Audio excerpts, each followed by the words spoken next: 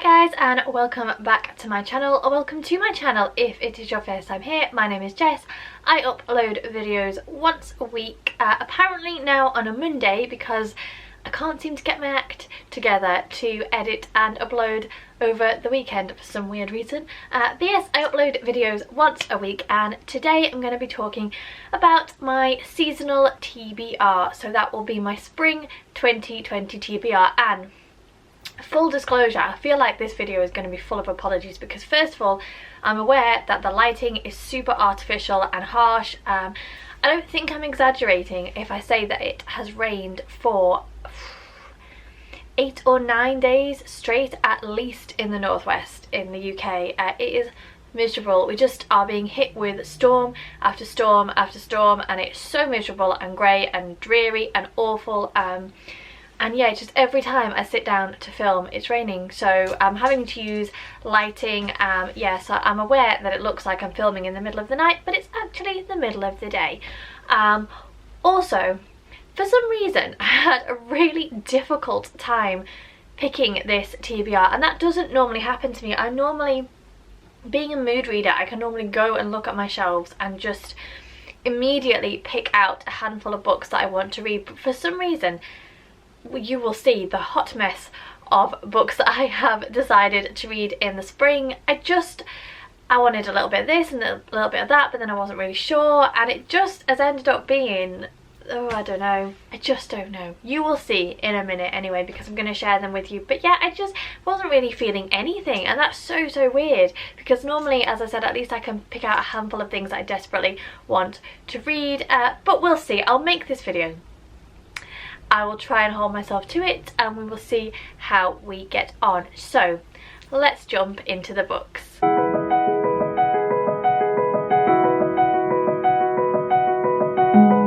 So the first book that I am going to talk about is The Letter by Catherine Hughes. And I actually bought this when I was buying some books for the blind books that I do for the reading retreats. I bought this one with a view to putting it into one of the blind books, but then I read the back and I was so intrigued that I actually decided to keep it for myself. So sorry if you've been on any of the retreats, you could have had this book. Maybe I'll put it into the next one. Anyway, this is a dual timeline historical fiction novel. So it says on the back, discover the novel that has broken 1,000 hearts. So our present day timeline, we have a woman called Tina who works in a charity shop. She has a very unhappy home life, and then she comes across a letter tucked into the pocket of a garment, I think. It says on the back, a second-hand suit. So she's going through the pockets of a second-hand suit and she comes across a letter. Our historical timeline element is 1939, and it's a young man called Billy Sterling, and it says on the back, he knows he's been a fool but hopes he can put things right. On the 4th of September 1939, he sits down to write the letter he hopes will change his future. It does in more ways than he can imagine. It's time to open the letter. So I just thought that that sounded very intriguing. I've never read anything by Catherine Hughes. I love a good dual timeline novel, and yeah, I thought I might be a little bit in the mood to have a bit of a weep. So this kind of feels like it'll tick those boxes. We will see. Now, I'm sure I'm quite predictable, and I usually put a John Grisham book on every seasonal TBR that I do. This time is no different. I have got The Whistler by John Grisham. So as with most John Grisham books, I'm sure that this isn't actually going to be what it appears on the cover, but this is a thriller. My understanding is that it is about a female judge whose job is to investigate other judges and look at judicial or potential judicial misconduct. And one day she comes across an indicted lawyer who is working under an assumed name with a whistleblower, and this whistleblower has information on a female judge who is in league with organised crime. They've built a casino on an Indian reservation, and I think they're using it to maybe move dirty money or something like that. And no one knows what has been going on until now, and I think that is basically it. It just says on the back, or it says on the front, who judges the judges. So yeah, love a good John Grisham book. I find them really interesting and easy to read, so I chose this one. Next up we have The Girl in the Tower by Catherine Arden. This is the second book in the Winter Night trilogy, the first one being The Bear and the Nightingale, so it's quite difficult to talk about what this one is about without giving away the plot of the first one. But this is YA. It's a blend of historical fiction with a little bit of magical realism. It's set in medieval Russia, and we're following our main character Vasya. And so I'm just reading really quickly what it says on the back. It says, for a young woman in medieval Russia, the choices are stark. Marriage or life in a convent. Vasya will choose a third way. Magic. So yeah, very, very excited. I'm unsure why I haven't picked this one up till now, because I absolutely adored The Bear and the Nightingale. The writing was very readable, very easy to get into, but so rich and beautiful and descriptive, and it was the type of book that I found myself reading so slowly just because I was enjoying the reading experience so much, and I just wanted to be totally wrapped up in what I was reading. And I don't know why I've put off picking this one up, possibly because I don't own the third one and I think that I might want to kind of complete the series. But yeah, I don't know, I'm really looking forward to it. I saw it on my unread books panel and I thought, why have you not picked that one up yet? So definitely gonna try and get to this one soon. Then we have Blood Orange by Harriet Tice. This is a psychological thriller. I picked this one up because it seems to have exploded onto the scene in the book community, with tons and tons of people absolutely raving about it. I'm actually going to do a buddy read of this with someone that I am friends with on Instagram called Kate, and I think we're going to read it sort of next week-ish, towards the tail end of February.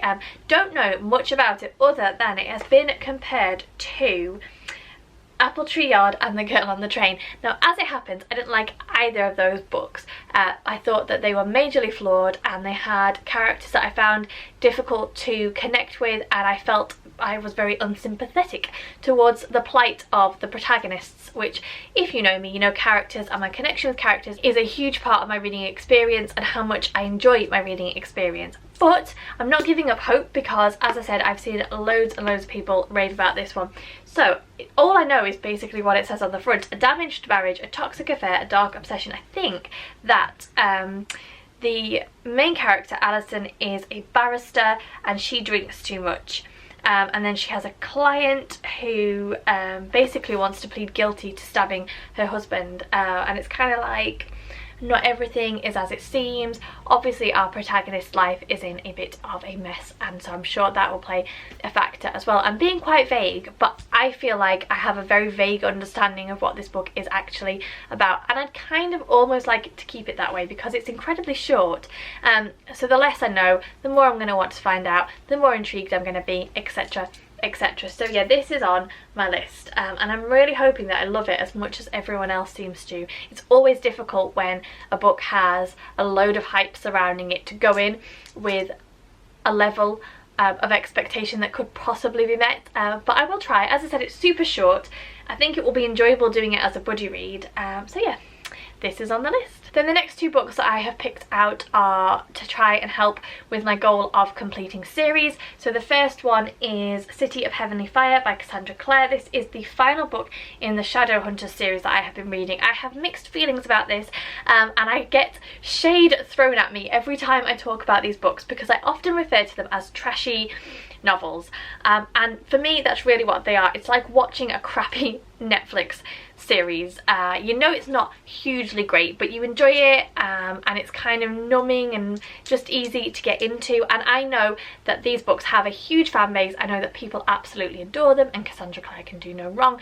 For me, they don't challenge me mentally, and I don't find them difficult to read, but I enjoy them for what they are, and I apologise if I've ever upset anybody by calling them or referring to them as trashy novels, but that's just kind of how I view them. It's the same as when I want to binge watch a series on Netflix or on Amazon Prime or any of those. that's what these books are to me. So this book actually though is huge. It's quite a bit bigger than the other ones in this series have been, but if I can finish this one, then that means I have completed an outstanding series, and I would quite like to tick this one off. I have enjoyed it. The kind of Clary Jace storyline has worn a little bit thin for me right now, but I would like to see how she's going to conclude all the different characters' stories and how it's all going to be tied off. So yeah, if I can get to it this season, that would be fantastic. Not putting too much pressure on myself, but we'll see. I thought that I would add it on because it would be good to get it finished. And then, as I said, another one which would tie off, or at least get me on the way to tying off a series, is Two Dark Reins by Kendare Blake. I loved the first two books in this quartet, and it is for that reason that I haven't yet picked up the final two, even though I own them, because I kind of don't want the story to be finished, and I don't know what I'll do if it doesn't end in the way that I want it to. So this is a dark YA fantasy series about three sisters who are triplets. They are all being raised to be queen, but only one of them can become queen, and each sister has a different type of magic. And the story begins on their birthday, when they must be pitted against one another. And as I said, only one queen can survive, and only one queen can become the reigning queen. And it is dark and it is delicious, and I loved it so much. Obviously I can't tell you what this particular book is about because it would spoil the other two, but honestly they were just so fantastic. And I think one of the things that I particularly loved and enjoyed was that Kendare Blake kind of gave a fair shot to all three of the queens. I feel like often in books it's obvious who you're supposed to root for, and it's obvious who is going to come out on top, but she really made it so that that wasn't obvious. And so I'm sure that there are people who are each fans of the different queens. I have my favourite, I'm sure if you've read it you have your favourite, but you don't know, it's not weighted more heavily in one direction than another. It's all just kind of all to play for, which I thought was so clever and so interesting, and I really don't know how she's going to finish it or what's going to happen. So yeah, definitely excited and looking forward to reading this one and then the final book, although apprehensive because, as I said, I don't know what I'll do if it doesn't conclude in the way that I hope, but we'll see. Next up I pulled out 84K by Claire North, and this one is a bit of a question mark for me because I read the first 15 lives of Harry August last year or the year before, and I didn't love it. I found that the story dragged quite a bit and was a little bit confusing, but I think that this is a slightly different genre because it is dystopian, which is not what the first 15 lives of Harry August was. And also it has been blurbed by Emily St John Mandel, who wrote Station 11, which is one of my all-time favourite books, so I thought that I would pick it up. The basic premise, as I understand it, is that we are following a young man who works in the Criminal Audit Office, so he has to assess every crime that is committed and make sure that the correct debt to society is paid. And then one day his ex-lover is killed. So it says on the back, this is one death he can't let become merely an entry on a balance sheet, because when the richest in the world are getting away with murder, sometimes the numbers just don't add up. And then it's just got so much acclaim: absorbing, breathtaking, moving, extraordinary. And yeah, I'm just really intrigued. It sounds like nothing that I have read before. It sounds totally fascinating. I'm 100% willing to give it a go, especially with, as I said, Emily St John Mandel blurbing it. Yeah, I just think that it sounds like a really interesting concept, and I'm very excited to give it a go. I'm not going to go in, I don't think, with too much expectation because, as I said, I didn't enjoy the other book by her that I read. I thought that it was a bit waffly, to be honest. Kind of like I'm waffling now about this, to be fair. Also, let's take a total side note and just say the cover as well is just so beautiful. But yeah, one that I am adding on. Next up we have a book which is one of those books that has been on and off TBRs of mine for a very long time. I kind of ditched it off a couple of years ago but with the release of the film, it kind of piqued my interest again, and I would very much like to read the book before I watch the film, and that is Ready Player One by Ernest Cline. So this is a very well-known book, but I'm going to be honest and say that I don't actually know what it's about. I know that it is one for kind of geeky gamers, and there are lots of nods to retro games. I think it's about a young boy who plays a video game and ends up involved in some kind of competition. That's sort of all I know. Don't hate me for not knowing what this very well-known and well-loved book is about. I think that is what it is. I really don't know. I think I want to say it's dystopian as well, but I'm not 100%. So yeah, I probably should have done my research on what this was about. But James mentioned that he wanted to watch the film the other day, and I was like, oh, I have that book, I should probably read it first, which is the kind of thing that I like to do just to wind him up so he can't watch the film now until I've read the book. So yeah, I'm going to add it on and give it a go. It actually, I'm surprised, the writing is really, really small. It doesn't look like a book that I will necessarily fly through. I can't even remember why I bought it and why I have it on my TBR, because it doesn't sound like the kind of thing that I would necessarily choose to read either. But maybe 2020 is the year that I try different things. I've picked it up. This is what I was saying before. My TBR is a hot mess. I saw it. I thought, oh, James wanted to watch that. I picked it up, but I don't really know if I want to read it or not. So, we'll see.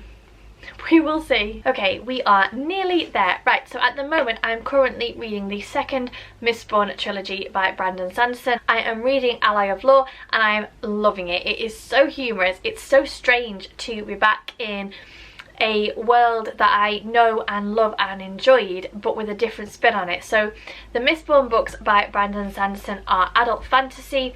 They're quite high fantasy books, and they have quite an intricate magic system, but these books are set a couple of hundred years later, and it's about a crime fighting duo, and it's really strange to have the same rules and the same magic system applied to a totally different setting, and it's just really, really funny. So I'm currently reading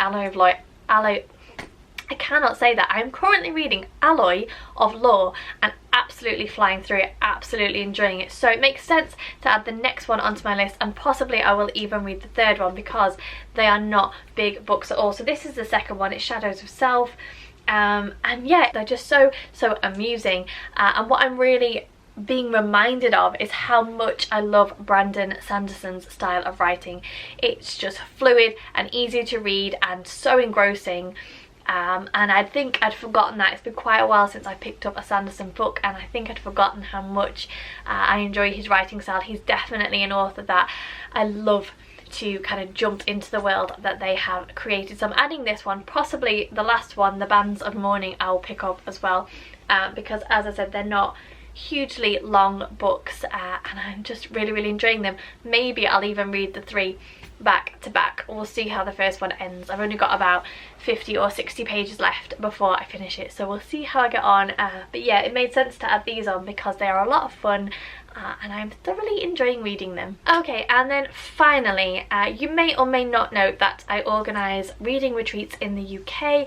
I currently have 2 dates. I have March, which is coming up very, very soon, which is sold out, and I have one in October for which I still have spaces. So I'll leave the link for the information for that in the description box down below. But I was trying to think of the type of book that I would want to read while I was at the retreat in March, and I've come up with 3 possibilities, because I think that the perfect reading retreat book is one that you can jump into and just get totally engrossed, escape for hours and hours. You need it to be engrossing, and you need to just be able to get lost in it. Now, fantasy is the genre that I would always choose for that kind of book. I read the first 2 books of the Kendare Blake 3 Dark Crowns series last year when I went, and so I've kind of picked books along a similar theme. So I have 3 choices. I have no idea which one I'm going to want to pick up. For the retreat last year, I'm pretty sure I took 5 or 6 books because I was equally as indecisive then, but I've narrowed it down to 3. So we'll see which one I decide to pick up. So I'm going to share them really quickly with you now. The first one is Shiver by Maggie Stiefvater. I'm fast becoming a big Maggie Stiefvater fan. I have all of the books in this series. This is a quartet. I think it's about werewolves. I think it's a love story about werewolves, but I'm not hugely sure. It just says on the back, a chilling love story that will have you hooked from the very first page, and I'm not even really that bothered about what this book is about because it's Maggie Stiefvater's writing style and her poetic and beautiful and engrossing writing style that really hooks me and wants me to keep on reading. So I've read the 4 books in the Raven cycle, and I have read the first book in the new Dreamer trilogy that she has written. But seeing as I own all 4 of the books in this series, I thought that I would potentially give this one a go. So we'll see about that. That's option number 1. Option number 2 is The Kiss of Deception, The Remnant Chronicles by Mary E. Pearson. This is book 1 in a trilogy. It's about a young girl who basically flees on the day of her wedding. She is 17, she is a princess and first daughter of the House of Morrigan, and yeah, she flees on the day of her wedding, and she is pursued by bounty hunters who have been sent by her father. And I think that the twist is that you get the story from 3 perspectives. You get the perspective of Princess Leia, you get the perspective of the bounty hunter who's chasing her, but she is also being chased by her jilted groom, and he is one of the perspectives as well. Heard very good things about this and think it would be very interesting to read. So that is option number 2. And then option number 3, the final one, is The Girl of Fire and Thorns by Ray Carson. Again, this is a fantasy about a young teenage girl. She is 16, Elisa, is about to become the secret wife of a handsome and worldly king, a king who needs her to be the chosen one, not a failure of a princess, and he is not the only one who seeks her. If the prophecy is fulfilled, if Elisa finds power deep within herself, if she doesn't die young, most of the chosen do.